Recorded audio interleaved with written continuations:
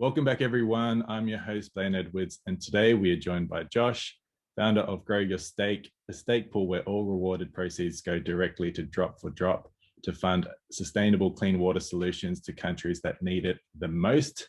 Josh is also the producer of the Cardano Chats podcast, so make sure you check him out there as well. So Josh, brother, cheers for coming on the show. Yeah, thanks a lot, man. Thanks for having me. No dramas at all. Alrighty, so in today's podcast, I'd love to talk about the work that you're doing with Grow Your Stake and the impact that you have there and the impact that you're trying to have with that project. But then I'd also like to zoom out a bit and talk about the role that cryptocurrency Cardano has in terms of solving some of these humanity social related problems like access to clean water, a roof over your head, access to the internet. Because we kind of all know in this space that people can make a quick buck from this, but in my personal opinion, we can do a lot of good with leveraging this technology as well. So I'm excited about the future for that. So keen to talk about that. But before we start, can you please give the podcast a little intro on who you are and maybe your background story into how you got into crypto? Yeah, man, absolutely. So I'm Josh, and I've been an entrepreneur for most of my life, various projects kind of all over the place. But I got into crypto around 2016. Unfortunately, I didn't get into crypto when I first heard about it. When I first heard about Bitcoin was probably around 2009, I think. And unfortunately, I dismissed it. Out of my own ignorance. I didn't know what it was all about, and I dismissed it. In 2017, we had been through the great financial collapse of 2008, which had actually, ironically, it had me learning about a lot of the things that I'm upset with in terms of our monetary policy and the way that's handled in terms of the financial system and the banking system and politics, really. So a lot of those things that occurred in 2008 that prompted the creation of Bitcoin, because Bitcoin was created shortly after that with Satoshi Nakamoto's white paper. A lot of those same things that created Bitcoin were what sent me down a path of discovery and learning. I watched a documentary called The Money Masters that just kind of sent me down a rabbit hole of learning about the banking system. And I read a book called The Creature from Jekyll Island, and I just started getting into monetary policy and what is all of this about. And without taking a lean left or right or in the middle or whatever, really the bottom line is the amount of money that's being printed is robbing the people. It's robbing people of the ability to really live a fruitful life.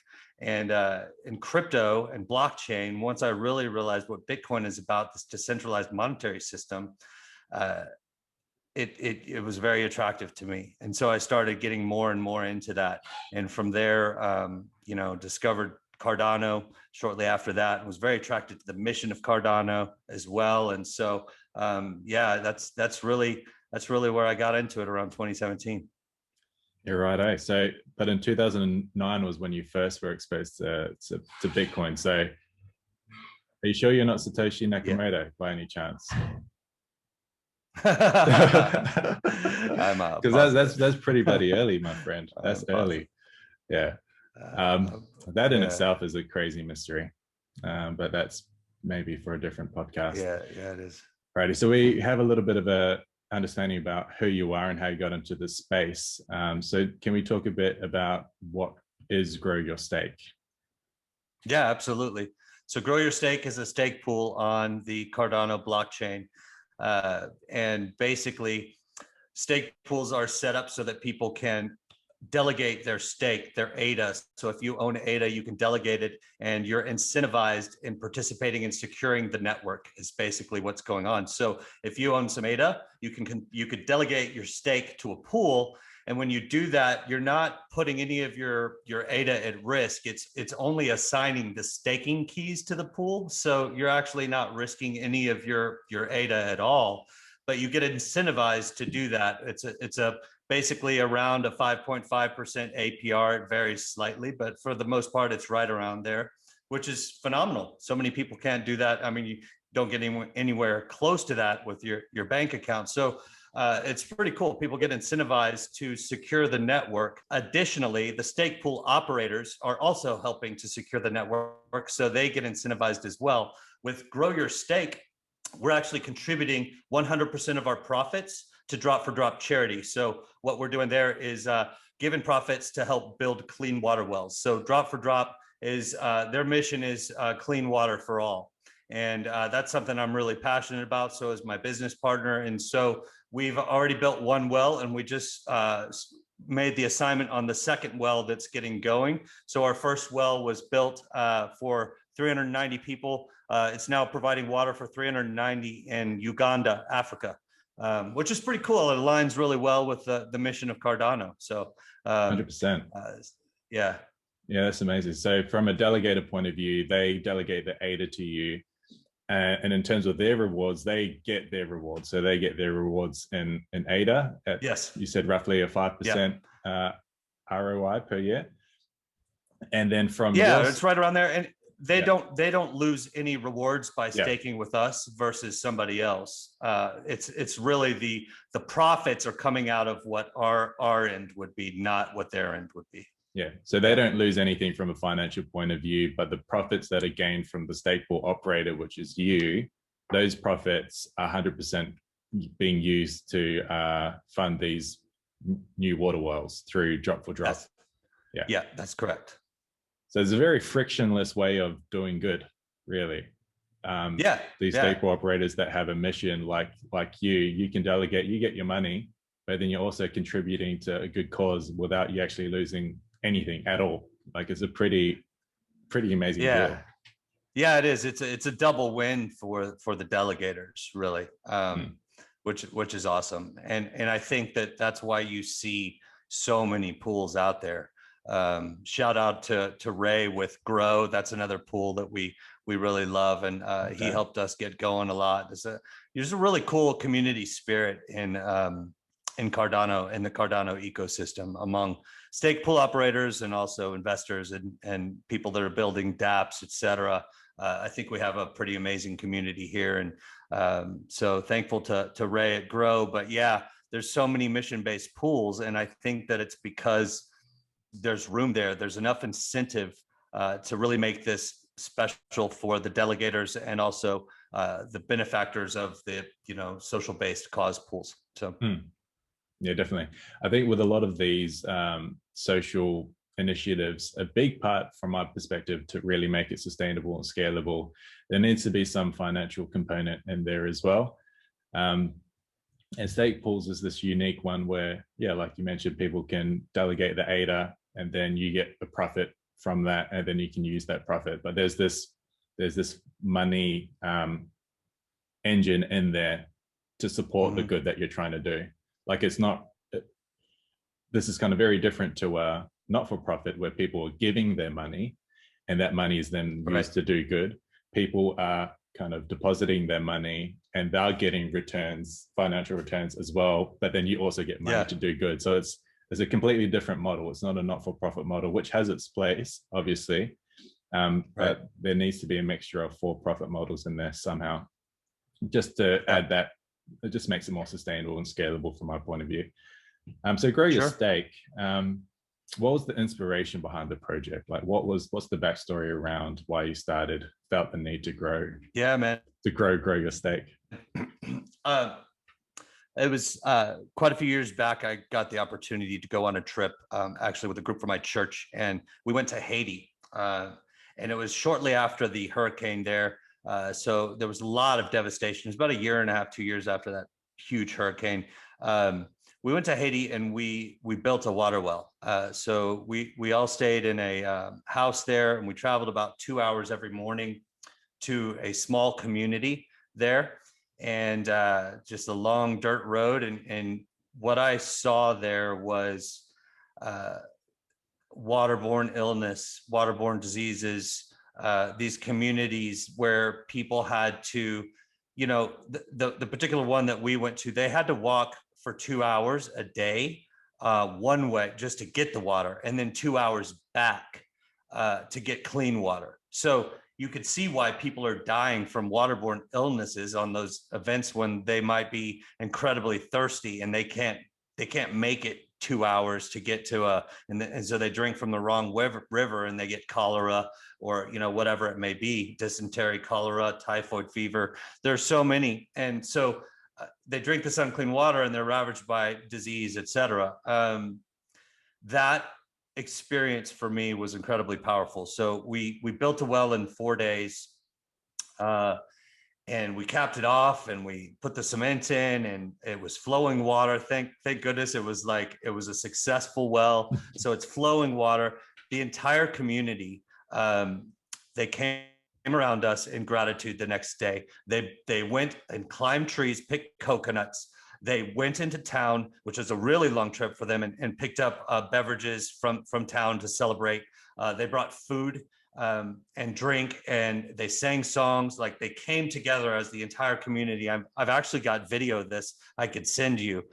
Sure. It's video from the iPhone that I had at that time, and I'm glad to send that to you. But they were singing songs and celebrating in gratitude, and for me that was an incredibly powerful experience. It's like, man, like we just made a massive difference in these people's lives, and like that's something I never have to even think about, you know. It's amazing. So there was a lot of gratitude there, and it was very humbling.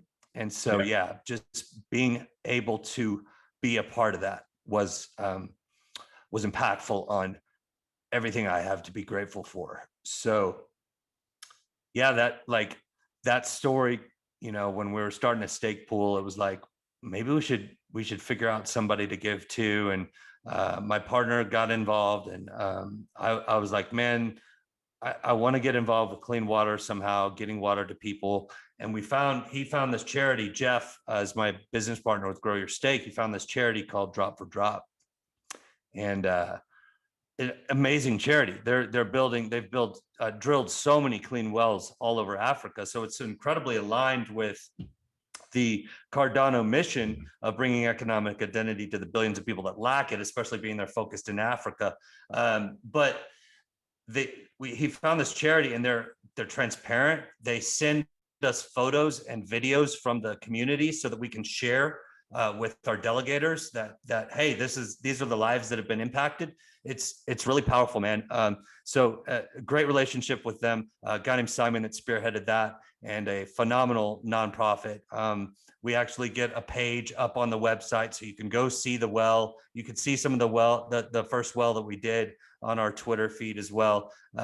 Yeah, really, really cool. So yeah, that's how. That's the inspiration. That makes total sense. I mean, you hear a lot of stories about these people that have an experience similar to yours, where they go in the real world to a place and they meet the community, they can see real firsthand the problem, and then they try and do something about it on the ground, and then they can see the positive impact that really has, and that's like a life-changing moment.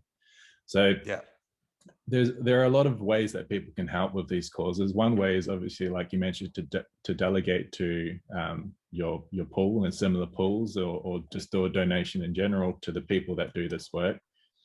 But I think there's a real opportunity there if we can somehow get humans to have more exposure to these experiences that you had, that are on the ground, you interacting physically with the cause and the problem and the people.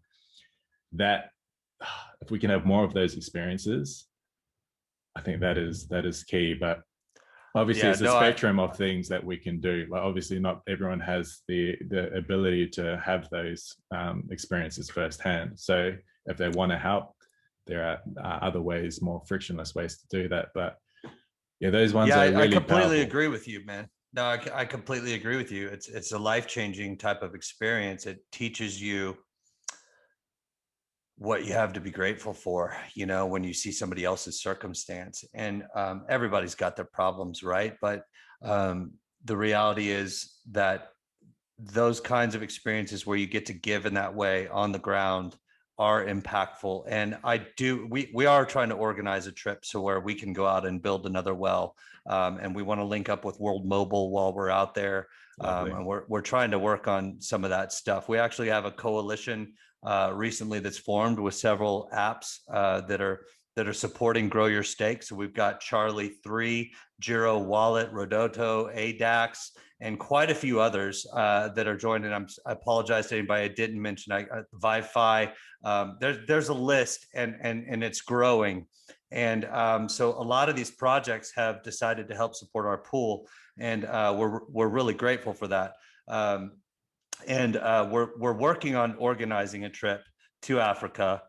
Timing is critical and challenging, but we want to get out there and get some media around World Mobile and what they're doing, because we do believe that's incredibly crucial, but we also want to build a well while we're out there. So we'll see if that works out. You know, there's only so much time, and trying to schedule things with everybody's schedules is challenging, but yeah, we're looking at doing something like that.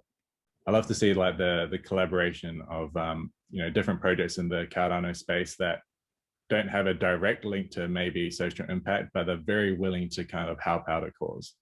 And I think a lot of people in Cardano will have this inclination to help out if they can. And it's cool to see that you're already building an alliance around that. What can you talk about maybe the details around that alliance? Like, how are they helping to support what you do? Yeah. So it really started with a conversation. So I have a YouTube channel similar to you, and I was reaching out to Damon of Charlie 3 to set up an interview. And Damon and I got to talk, and we ended up on the phone for quite a while, just talking about how we got into crypto, and you know, relating back and forth, hearing about his project, etc. And he was asking me about Grow Your Stake, and he was very interested in.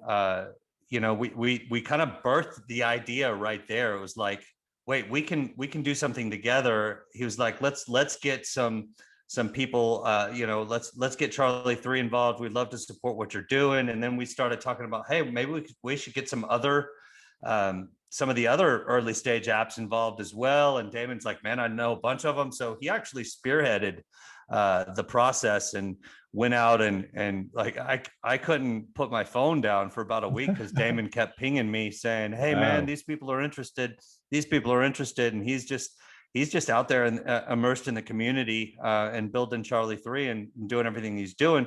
And he brought some groups around it, and you know, that's what we're doing there. So the basics of it are these groups are coming in to delegate some stake, but they're also going to be announcing it to their communities that they're supporting Grow Your Stake.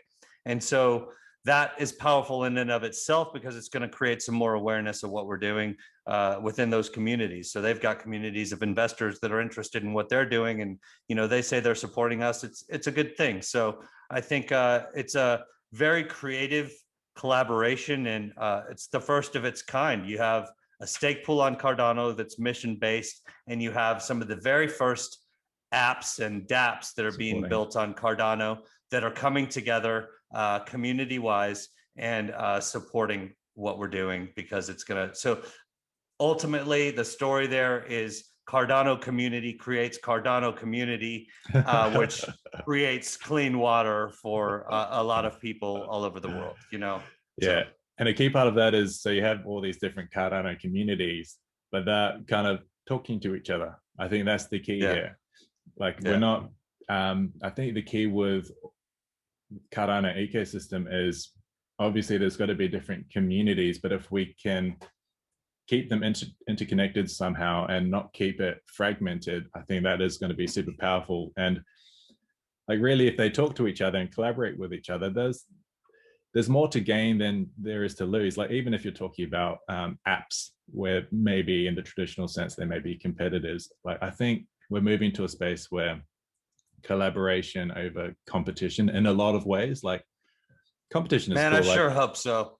Yeah. I sure hope so. I'm getting so tired. Sorry to interrupt, but I'm getting so fed up with the maximalism and it's even internal within Cardano with some competing projects. And it's like, Guys, we got to learn to interoperate, and we've got to be unified. We're all on the same side against a financial system that's not working, and it's the same tool that's the antidote, so to speak. But anyway, go ahead.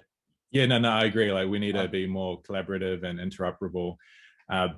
Like, I think competition is good, but I think we need to redefine what that means. Like, I come from a sporting background, and like, obviously competition is big, but there are different ways to define that. Like, you can have competition with yourself, you can have competition with your teammates, but ultimately you're working together towards a common goal. So in that sense, that competition is quite healthy, and it's more, that competition is additive. Like, you're kind of competing, it's additive, creating this competition, but it's additive, and you're actually helping each other. So it's not about competition without the tribalism and maximalism is probably, you know, how do you compete and also collaborate at the same time? It's an interesting question, but yeah, I agree with you. Yeah, interesting question. 100%. Because some people be like, oh, you need competition, like, oh, these guys are like, but I think it's not about removing it, it's about just kind of redefining what it is. And I think we're in a world where we're redefining everything. We're redefining a lot of very important things, and it's just part of that transition. Completely agree. Oh yeah, I love that. I love how he was so proactive. So you had that conversation, and he himself, he must be a super busy person himself, and he actually obviously resonated with your mission, and he decided to go out and use his network to help support you guys. And even if the support is sharing it to their community, that is super powerful in one way of raising awareness around what you do, but it also encourages other dApps to maybe think, oh, how can I maybe support the cause as well? So it's this ripple on effect, and the more people do it, the more that ripple effect, the impact that ripple has. And it's that's cool. I love that story. Charlie, man, I think you're going to see a lot of it happening, and it's going to grow and grow, and there's plenty of mission-based pools out there. So I mean, what did they say on 2,900 went through the Plutus Pioneers this round, the second cohort. So we're looking at a large amount of developers and large amount of dApps. I mean, it's just going to be, I would imagine, somewhat exponentially increasing. Yeah, it will be exponentially increasing, because you look, this is just the Plutus Pioneers program, but eventually there's going to be, you know, the all the other bridges to the other languages, to where other developers can be brought in. So the island, the ocean, the pond, you know, that whole deal. So yeah, man, it's going to be a lot happening. And I think a lot of these projects supporting stake pools, it's going to create an interesting and symbiotic relationship between pool operators and mission-driven organizations, and also the for-profit pool operators as well. I mean, it's all needed. So yeah, the key word there is symbiotic. I think that pretty much is the word. Like, it's mutually beneficial for both parties, and it's very frictionless. Like, I think we've got to look back, and these stake pool, the proof of stake and these stake pools, that in itself has got to be crazy. Like, I can see stake pool operators turning into, like, evolving into something that we can't even anticipate what that's going to look like. Like, it's a pretty crazy idea. We're early days. We're totally early days. I have my reasons. It's weird. Yeah. It's weird. It's weird. Why? So I have my reasons why I got into Cardano, but why did you decide to kind of start this project and I guess really invest a lot of your time and energy into Cardano? Cardano versus another blockchain or another whatever. Blockchain, yeah. Yeah. So number one, the mission of Cardano. Man, you know what? I can go on this topic for quite a while. But the mission of Cardano is to bring economic, or Cardano or IOHK, so many times mentioning bringing economic identity to the billions of people in the world that don't have it. Well, I can get on board with that. And I can also get on board with the fact that it's a blockchain-based project that's decentralized, and so the monetary supply is not run by a central entity. I can get on board with that as well. And then you talk about the peer review. So there's the science aspect of this that draws in a lot of very intellectual types. So you've got a very mission-based company that's going to bring out, you know, types of people that are more giving in nature. And then you've got intellectual peer review type systems that this company is founded on that basically, you know, they've got 110 different white papers that are a large percentage of those are peer reviewed, which that process is it's strict, it's intense. And so what that does is it really creates a very intellectual environment as well. And so I was very attracted to that in and of itself. But then when you watch the founder, you know, Charles Hoskinson explaining, and he's regular with communication, explaining, you know, everything that's going on with the platform, it's incredibly educational. And so just it's been a learning process the entire time. So that in and of itself is fascinating to me. And the more you learn about Cardano, the more intrigued you get by, wow, this is so incredibly well thought out, and the strategy and how they're implementing all of this, and they're solving the real problems. I mean, he starts off with the fundamental problems that needed to be needed to be solved by Bitcoin and Ethereum. And he looked into those, and then they go about having a strategy that's going to bring, you know, developers from every language to be able to code on this platform. Well, that's pretty impressive. Instead of just a group of developers that know Solidity, or, you know, whatever the other language is that others are using, we're making this available to coders and developers all over the world. So that, you know, the more you learn about it, the more impressed you get with the strategy and the tech and the team and the people involved and the community as well. I've talked about so many of those aspects, but yeah, sorry, long answer. I could go on that one for a while. I get you. Yeah, for me, like, and we spoke about this pre-recording this podcast, but the idea that Cardano seems to attract a certain type of person. Obviously, the community at the moment is like really big. It's a really big community, but as like a general statement, like it tends to attract a certain type of person. So you touched on, like, it's this research-driven approach, very scientific kind of oriented blockchain that obviously attracts people that believe in that, which is cool. Right. And then you also have this dream. He's trying to solve these problems and banking the unbanked, and just making sure that people have access to the infrastructure at a global level so that we can all interact and kind of trade with each other, do business with each other on a level playing field, which I like as well. So that attracts a certain type of person as well, maybe one that believes in social impact type causes, environmental type causes, or anything like that, where they're trying to change the world or that kind of stuff. I definitely fit into that camp as well. But the magic for me is where those two ideas are under the same umbrella, and the magic happens when you combine that. When the magic happens when you combine the science and the kindness together. So because I think a lot of when you combine the kindness, the science, and the money, combine that in a way where it makes sense simultaneously, like as a collective, and they're working in harmony, I think that's where the magic is. And I don't even think we can even understand. It's kind of like the internet back in the day. Like you wouldn't be able to anticipate the products that are on the internet now, like 20 years ago. Yeah. The same has got to be true for blockchain and Cardano. We're not even going to see there's a post crazy stuff that's going to happen. Yeah. At IOHK. No, I completely agree. You're 100% accurate. And because you have something that has incredibly solid foundation that's going to have exponential type development occurring on it. And one example currently of the mix of science and kindness that you were talking about and money is Grow Your Stake, and which the resulting benefit of that is what? It's 390 people right now that don't have to walk 2 hours out of their day, or 4 hours out of their day, to get clean water. So that's incredibly powerful. IOHK, or the Cardano Foundation, recently did a post of something. I forget the number. It's a huge number of mission-based pools and the amount of delegators that are involved in mission-based pools, and it's enormous.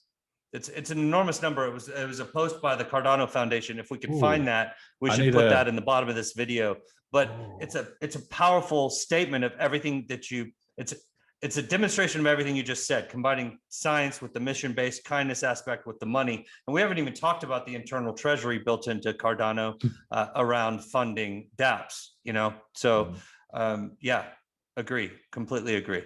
I must have missed that mission-driven pool post. I'll need to create I believe a graphic. Frederick, the CEO of the foundation, posted it on his LinkedIn. Oh, I saw it. I nice, saw it there. nice. I've been looking for Yeah. a post like that, so I want to create a like an Yeah. ecosystem graphic showcasing all of them that are out there if I can. Um, yeah, I'm excited about Cardano. I really am. Yeah. There's so much to be excited about, but my true passion is in like I am. For those that listen to this podcast, know that I have a inclination towards social and environmental causes. Like my passion is like environmental, like conservation, like wildlife conservation specifically. Yeah. But That's great. just anything that is helping, I like, and that's the reason why that I started following Cardano was because I could see that this was literally going to change the world. Like it was changing it from a fundamental level. And so many people were going to benefit from it. And it's almost kind of like this equalizer where a lot of the people that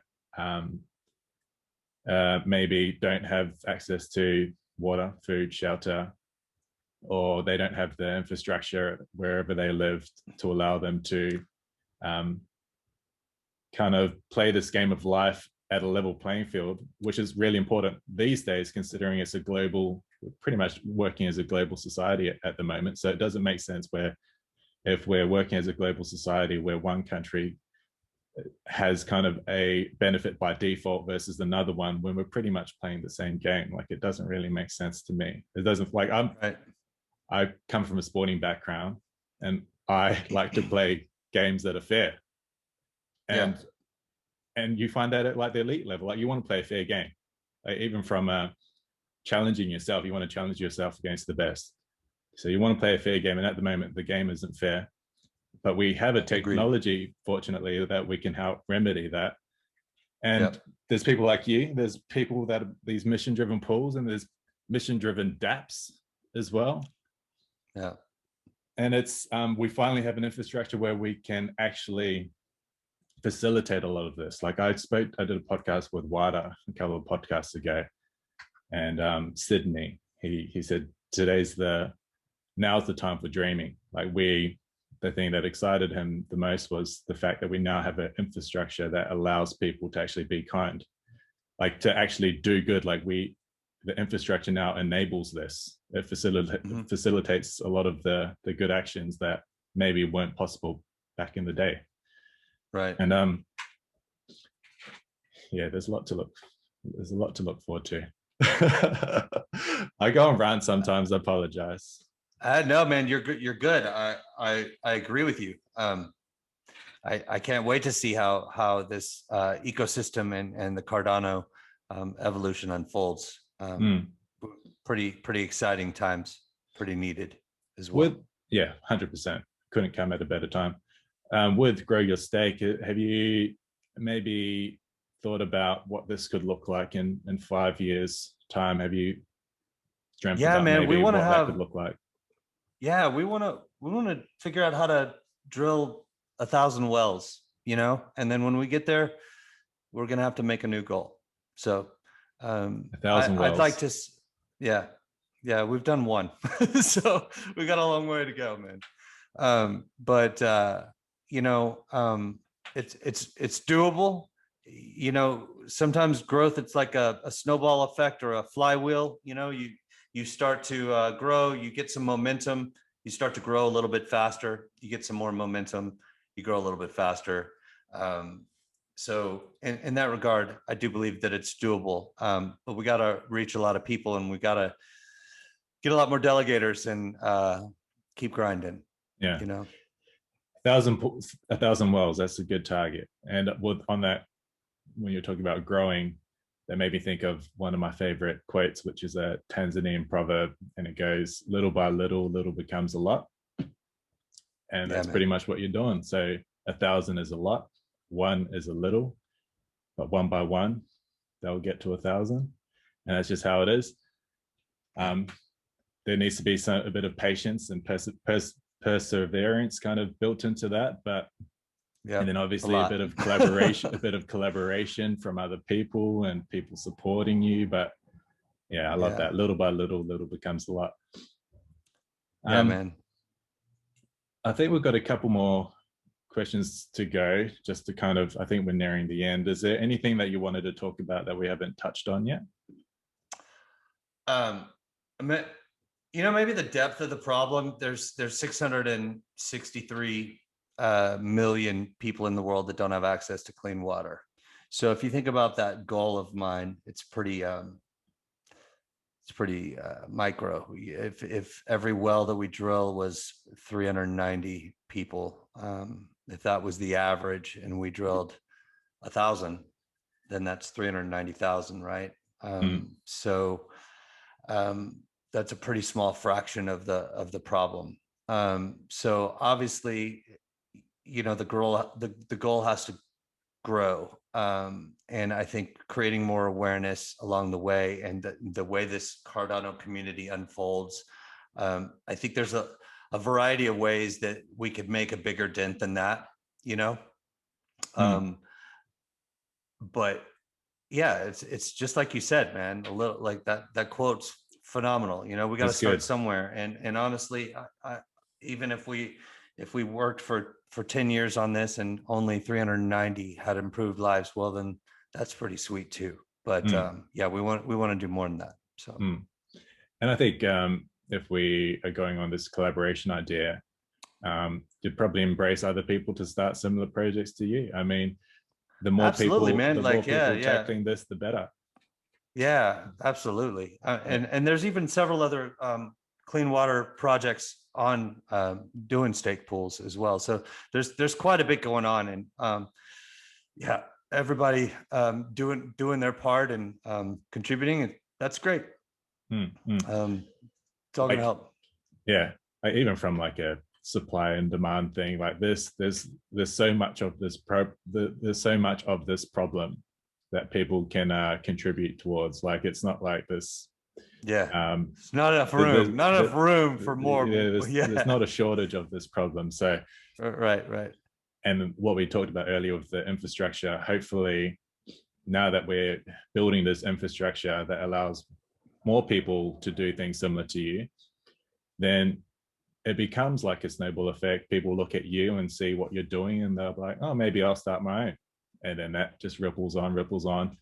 And we now have the infrastructure to enable it. So yeah, maybe we'll get to 1,000, or maybe we'll get to these numbers. Fingers crossed, we'll get there sooner than we anticipate.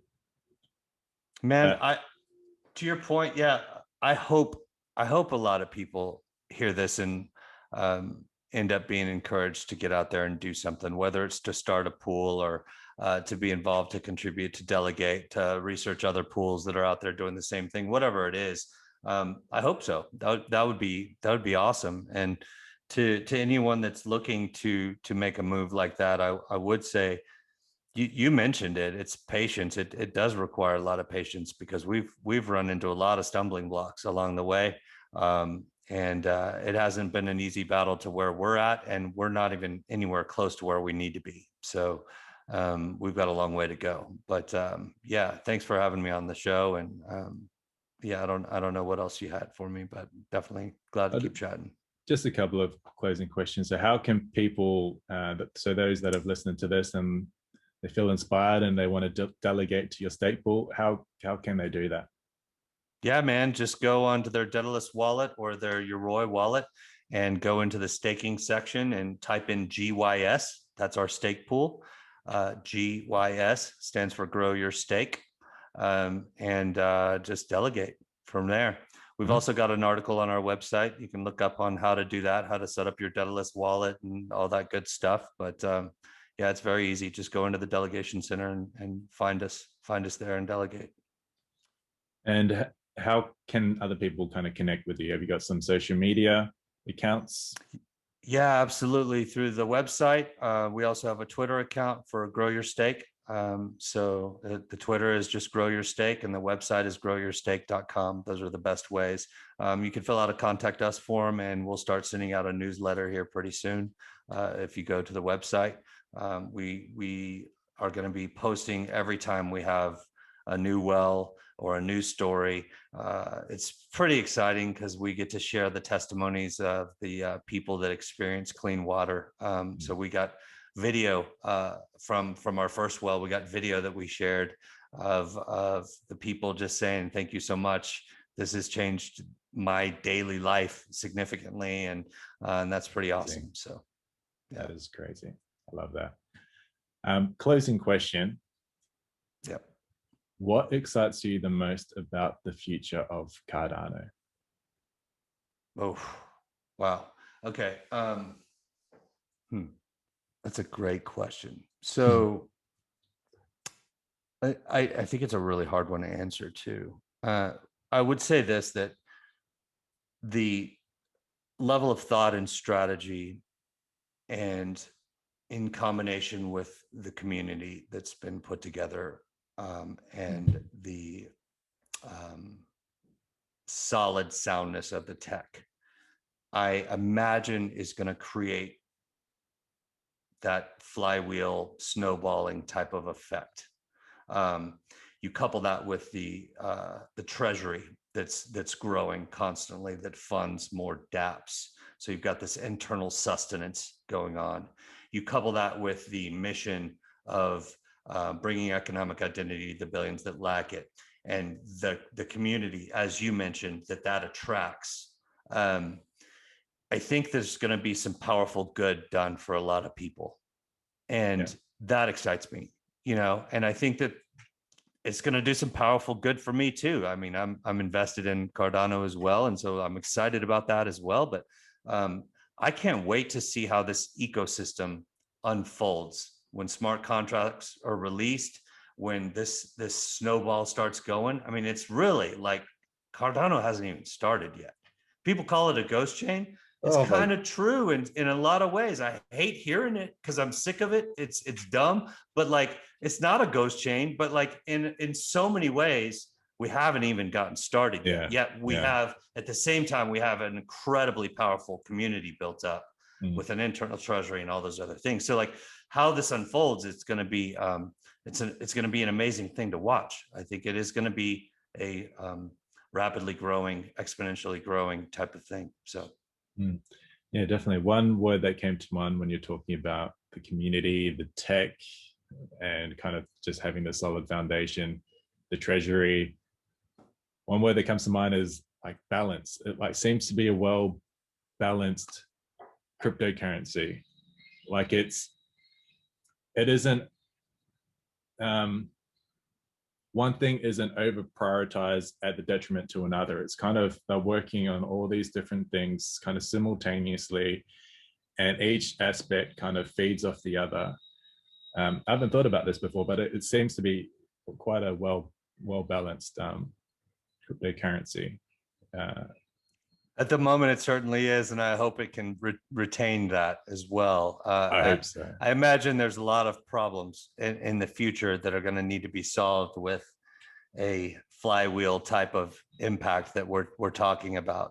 If it goes the way I think it's going to go, there's going to be a whole new set of problems. But I don't think it's they're unsolvable. You got a large community of people in a process for adding on and improving, and a community improvement proposals, and all the different ways that we can vote and govern the direction of the blockchain, I hope are creating the ability for it to solve those problems as well. So yeah, and there's definitely got to be problems. I mean, when you talk about the scale that this thing is working in, and it's literally trying to change the fundamentals of how we operate in this world, there's so many moving parts in that, and so there's got to be some problems.